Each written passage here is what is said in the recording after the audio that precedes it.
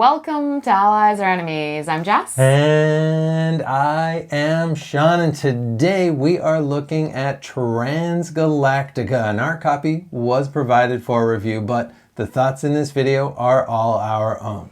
Transgalactica is a 2 to 5 player game designed by Daniele Tascini with art by Edu Valls. And this is the latest in the T series of games. But instead of looking at the past, this is looking into the future. And you are one of different spacefaring factions trying to impress the Senate. Let's look at how it plays. There's a lot here, so this will just be a brief overview, but on your turn, you will use a captain to take an available action on the board. The core actions include exploration, which lets you fly your ship around the galaxy, put down outposts, and fight pirates. Military, which allows you to better fight pirates and earn end-of-round points. Technology, which gives you ongoing powers. Politics, which lets you gain mission cards, which you can complete for bonuses. Mining, which gains you new mining tiles and lets you get stuff from all your previous mining tiles. Production, which gets you resources needed to pay for all that other stuff. Trading, which raises your economy track and your start of round income. And Omni, which lets you take an action that was already used. Then, after you have chosen your captain's action, every other player has the option of using a captain or crew to follow that action, but with a slightly weaker or more expensive version. Most of these actions will also move you up all of these tracks, which will both increase abilities and gain bonus tokens. And meanwhile, you're also competing to finish goals in the Galactic Senate, as well as focusing on your secret endgame objectives. All of this continues for 5 rounds, at the end of which you get points from one of your 2 secret objective cards, along with points from credits and leftover resources. And then the new ruler of the galaxy is named. So as you saw from the how to play, it looks like a lot. But actually each individual action is relatively small. You're often just moving up a track and like taking a thing or doing something small. But the key is being able to plan ahead, making sure you've got the resources you need to do those actions, and all about efficiency. It really is, and it's about being set up so you can follow those other actions, because that is really the big mechanic at play here, is that following mechanic. And you can follow with either your big guy or your little guys. So sometimes it's worth, because like you don't lose that much on those follow actions. Some of them a little bit more. So the track ones are often either that you just move up or you take that thing next to it. But the other ones are usually like it's 1 resource cheaper. So if you have the resources, following really doesn't cost you that much. Yeah, but you really have to carefully plan out like which ones do you absolutely need that resource cheaper and which ones you want the better action for, because you are really limited in being able to be the leader, because at more than 2 players, you only have 2 leaders. So that means you only get the best option available twice in a round, or 3 in a 2-player game. So it can be really tricky. You definitely want to try and use those to lead where possible. Yeah, and this does feel a little bit different than the other games in the T series as well. I almost want to say that it's lighter, because it does feel a little bit, it still has all of those interconnected systems that you're probably going to be familiar with, that you see in this sort of a Euro game, especially in a Daniele Tascini Euro game. But it doesn't feel quite as combo-y as something like Tilatum, and it doesn't feel quite as almost, not really restrictive, but in Teotihuacan, there's a lot of having enough coffee for all of your workers and losing workers. And it doesn't feel quite as restrictive as that, or as Zolkin, where you really have to plan ahead. This is kind of maybe just a little bit lighter than some of those, but there still definitely is the thinking, and there still are all of those Tascini fingerprints on this. Yeah, and I think probably the lightness comes from some of the tracks you don't need any resources. So for some of them, you might just be choosing to go up 2 spaces. And so that means you won't be often digging yourself into a hole. There'll often be things, lots of things that you can do, but it's about doing it well. And we have found our scores have improved with every game because we've gotten better at just doing things more efficiently and being more effective on our turns. Yeah, and that is always a sign of a Euro game that has, a little bit more depth to it when you are, and we're improving by like 20, 30 points each game. So it also says a lot about that we're not very good at our first game, but there definitely is a lot that you can improve. And I like that there's 3 of the tracks where you don't have to pay resources, but all of those tracks are really getting things for the future. Because one of those is just getting you those special powers. So the blue track, that's technology, I think. One of those is getting you goals that you're trying to complete later, and those are going to cost resource to finish those goals. And one of them is just getting you resources. And that's kind of I didn't plan out stuff enough, because you do want in this game, there's also the mining as well, and that's also getting you resources, but you do want in this game to find other ways to get resources and not have to go to that yellow track too much. And mining's a great way, but the nice thing is there are enough different routes to getting those resources that you do often feel like, if I just had one more purple, if I just had an alien head here, but it's not like paralyzing. Yeah, and I think just one of the key things is all of the tracks do feel useful. You do want to be able to do them all. So it is nice that you do have the follow option, and even though it's a lesser action, that you still have the opportunity to do that track. And it is interesting managing your number of crew, because the more crew you have, then the more capacity you have to follow. However, the more crew you have, the fewer points you get during income, and that can be a lot of points at the beginning of income if you can manage them effectively. So there are quite a few in each of the decks of cards. So at the start of the game, you're going to be using 9 of 20 possible technology cards. You're going to be using 3 of 12 possible galactic sentinels.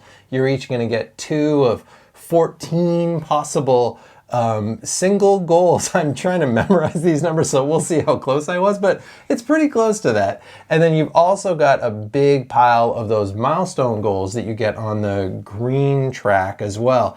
And so there's a bunch of different stuff in here. And then also the planets and how those are laid out. Yeah, so you have different numbers of planets depending on player count, but regardless, you are randomly putting those out. So the planets will end up in different orders, and particularly at a 2-player game, you're using only a fraction of the available planets. So each game will feel different if there's like more mining planets one game and fewer the other. It can really change things up.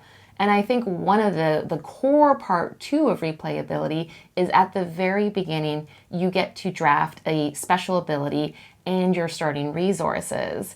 And the special ability will often give you like an ongoing bonus, and those can feel really strong. And then the starting resources are very different for what you get, because sometimes you're moving up tracks, sometimes you're getting a lot of stuff.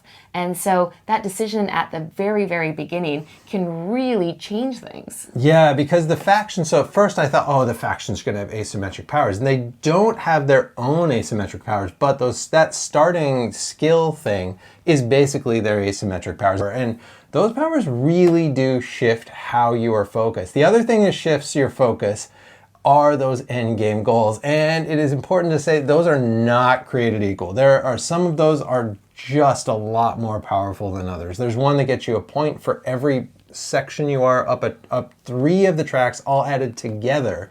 And that's basically guaranteed to be at least 12, when a lot of them are 3 per this color planet that you're on.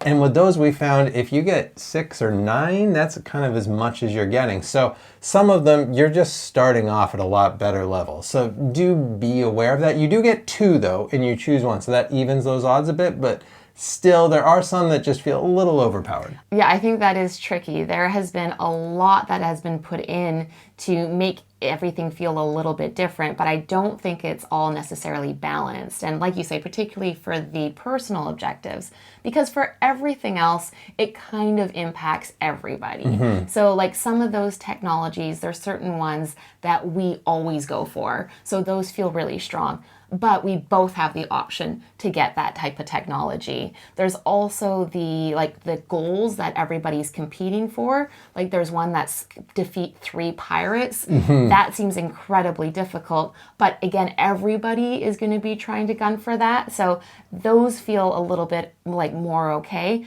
I think also the starting player powers don't necessarily feel equal, but that is evened out that if you don't like your option, you might get first choice at your starting resources, and some of those might be stronger. So this will play quite a bit different at different player counts, and the designer knows that. Right at the start of the rulebook, it says, for your first game, we recommend to play with 3 or 4 players because there will be a lot more interaction. Whereas if you like more of a tense back and forth, I would recommend to play with 2 players, and we have definitely found that. At 2 players, you've got the thing where you know the only person who's going to follow you. So every time you're choosing an action, you're thinking, can I do this without letting them follow me? Like, I want to go to that place where I know Jess does not have the resources for it right now, so that she can't get those before the next turn. And I like that. I think that's really interesting. And they definitely shrink down the map enough, because there's 4 different maps, a different one for every player count, and they all have different numbers of planets, and it's always tight at all the different player counts. So even though the designer seems to think 3 and 4 is the best player count, I actually really like this at 2. Yeah, we've played it pretty much exclusively at 2 players, and I have really enjoyed it. And I think for both of us, we play a lot of heavier Euro games at 2 players because turns are thinkier and turns take longer. And so by introducing 3 or 4, that is really going to be adding some like lengthy turns, particularly if you're not involved, because there will be situations when somebody does an action and everybody else but you is following, and that could take a while to resolve. Yeah, that definitely. And I have played this at 4, and it feels way different because exactly of that, because there is so much more to follow, and because there are fewer spaces, because there's always those 8 core spaces, no matter how many players you play with. So at 2 players, that kind of makes it wide open, even though you do have 3 captains each. So it plays with kind of the same number as a 3-player game. But at 4, and especially at 5, those 8 spaces are not enough to get everything done. So you really have to think each time, do I want to follow? And when you've got slightly slower players and you're going around the table asking, do you want to follow? Everyone's really thinking, okay, I got to do this, and then this, and then this. And just that do you want to follow takes a little bit of time for every player. So if you're patient, it is really interesting for that interaction and for the do you want to follow, now we're all following that action. But if you're a little less patient like I am, then you do prefer the 2-player because you're basically always involved. Like every action, you're either taking it or you've got the option to follow it, and it's just you deciding if you're going to follow it or not. So I do like the back and forth of the 2-player. Yeah, although on top of the basic actions, there's also planetary actions. So there's certain planets, and it increases, there will be more of these kind of planets at a higher player count that let you do an action on the planet space if you have an outpost there. And you're definitely going to want to have outposts there at higher player counts just to give you more options available. Yeah, and some of those planets are really good, and you can take those actions just with your crew. So just your little guys can take those actions, and then they kind of behave like big guys a little bit. And so, yeah, those are really helpful. I will say I have not played this at 5, and I don't know if I'm itching to. It feels like 5 is a lot, and that following, because now you don't have enough for all of the captains. You've only got 8 spaces. There's no way you ever have enough for all of the captains. So that is going to get really tight. And if you're going 5th in the end of that first round, you're going to have a tough time of it, I feel like. So I feel like 2, 3, and 4 is really going to be the sweet spot. And I'm betting that 3, which usually I think is the case for this sort of a Euro game, is probably right where you want to be. All right, so there is a lot of good stuff to talk about in terms of components, but let's start out with some of the big trickies in this game. And the first of those is the rulebook. The rulebook is a mess. If you go on BGG right now, it is littered with questions. We have not played a game yet where we've had all of our questions we've got answered. We basically always have to house rule something. There's just, and part of it is because there's so much in there. There's so many different cards that all do different things. There's so many different icons, and it just feels like some stuff fell through the cracks. There's also some misprints on it. So there are some trickies there, and the stickers is going to be the other big thing. And they knew this because right at the front of the rulebook it says, you do not need the stickers to play this game. Just because they were ready for people to complain about this, but you do want the stickers to play this game because it looks so much nicer with them. But it took us all of Star Trek, the original motion picture, and half of Wrath of Khan in order to put all those stickers on. So however long that is, 2.5 hours or something, is how long it took us to all perfectly get those stickers on. And even when you do, they're not the stickiest of stickers. So quite a few, especially the ones on the round, on the outposts, we had to then go back over with super glue to really make sure that those stuck on there. So just be prepared. If you want the prettiest version of this, you're gonna have a bunch of stickering. And some of those stickers are really right up to the edge. So I made Sean do those ones because they can be tricky. But on the flip side, in terms of the good stuff, I really like that each of the different factions look so different. So they are all like completely different species of things. And it's very bright, it's very colorful. I think this is very much a Euro game, but having the brightness and colorfulness for a space game, I think is really nice because it could have been either like too black and dark and spacey or too beige and Euro-y. Yeah, and like I love Tillatum. I think that is just an amazing game that plays so well, but it is so beige. And it's nice having something that is just the exact opposite of that. This is just not what you expect in a game that plays this way, for it to be this bright, this many colors, this cool art. And Edu Valls often does really interesting, really different art. He did Bitoku, which is another beautiful game. And I think he's done just a tremendous job of the art all the way across it. So I really do like that. And I love the factions. The different factions are so cool. Even though they don't have built-in powers, they have their own personality, I feel like. And so that is really cool. Also, the dual layer boards are nice. All of the bits like work well, with the one other exception of the little economy marker, which is just a real weird shape for where that goes on the board. That is absolutely not a deal breaker, but it's just a little weird. Yeah, and the icons aren't particularly intuitive, so it did take us a few games to wrap our heads around it.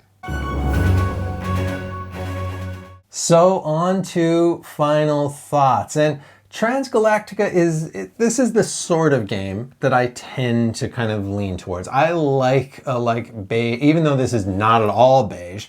The play is kind of a beigey Euro game. I will say as well, we didn't say this in components, but I should have, that the theme is a little bit pasted on. This could just as easily be something where you're moving around medieval Europe or wherever else. The space isn't necessarily part of it. I'm glad it's there. I'm very glad that it's there. But if you're looking specifically for a space-themed game, this doesn't feel like there's nothing in here that's really spacey, but it is space. Yeah, it is space, and it is very much a Euro resource management game, climbing up tracks and really trying to maximize efficiency, but with the added challenge of the interaction with the follow mechanic. So you really have to try and guess what your opponents might do and how you would use your crew versus how you're going to use your captains, and try and see if you can set yourself up to be able to follow where you need to. And I also will say that if you are a big fan of the T-Series, you're wondering where this falls kind of in the middle-ish for me. I don't put this as high up as Teotihuacan and Zulkan, which I think are masterpieces. Those are amazing games. And I put it a little bit below Tillatum, which I think just uses dice so cleverly. This one doesn't have any like big standout mechanic, but I do like the smoothness of it once you get past the rulebook hump.